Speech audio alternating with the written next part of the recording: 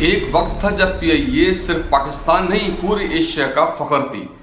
وقت کی پابندی، تربیت اور معیار میں دنیا مثال دیا کرتی تھی۔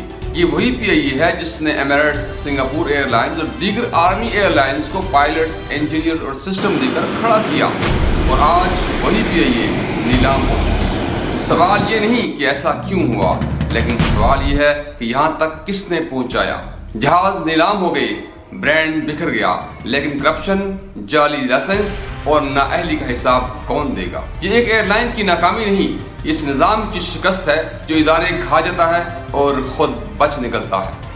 قوم سے کہا گیا سب ٹھیک ہے، اور پردے کے پیچھے پی آئی اے نیلامی کی میز پر رکھ دی گئی۔ دوستو، یہ کوئی عام ایئر لائن نہیں تھی، یہ پاکستان کی پہچان تھی، ایشیا کی پہلی جیٹ ایئر لائن۔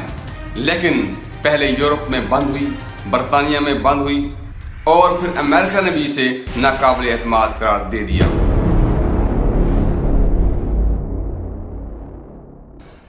السلام علیکم دوستو، امید ہے آپ لوگ امن اور سلامتی میں ہوں گے، لیکن ساتھ یہ خدشہ بھی ہے کہ بے چین اور مضطرب ہر شہری کی طرح آپ بھی ہوں گے، کیونکہ ہر روز ایک نئے زوال کی ایک نئی کہانی سامنے آ جاتی ہے۔ انہی میں سے ایک کہانی ہے پی آئی اے کی، پاکستان انٹرنیشنل ایئر لائنز۔ آج اسی پہ بات کرنا ہے۔ تو دوستو، یہ خسارہ کہاں سے شروع ہوا؟ دنیا میں ایئر لائن کم عملے سے چلتی ہے، لیکن پی آئی اے میں جہاز کم تھے اور عملہ بہت زیادہ۔ جہاں بھرتیاں ضرورت پہ نہیں ہوئیں بلکہ سفارش پہ ہوئیں، پھر تنخواہیں بڑھتی گئیں، جہاز کھڑے ہوتے گئے، اور ادارہ آہستہ آہستہ اپنے ہی وزن تلے دب گیا۔ یہ کوئی الزام نہیں، یہ سرکاری رپورٹس میں لکھا ہوا سچ ہے۔ اصل دھچکا تب لگا جب دنیا کو پتہ چلا کہ مسئلہ صرف خسارے کا نہیں ہے بلکہ مسئلہ اعتماد کا ہے۔ پائلٹس کے لائسنس مشکوک نکلے، فائلیں جعلی ثابت ہوئیں۔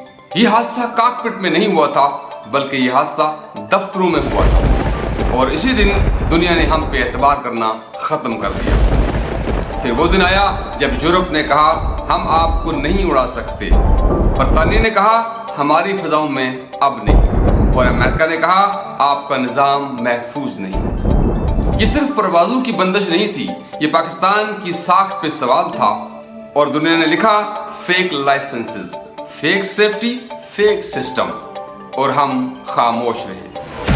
مہنگے جہاز کرائے پر لیے گئے، ایندھن میں اوور بلنگ ہوئی، پارٹس مہنگے داموں خریدے گئے، ہر طرف ایک ہی کہانی تھی، لوٹ مار، کرپشن، اوور بلنگ، اور کوئی پوچھنے والا نہیں تھا۔ نتیجہ آ گیا اور اربوں روپے کاغذوں میں دفن ہو گئے، اور پی آئی اے ایک زندہ لاش بن گئی۔ اور دوستو، یہ بات سمجھ لینا بہت ضروری ہے کہ پی آئی اے اکیلی نہیں ڈوبی۔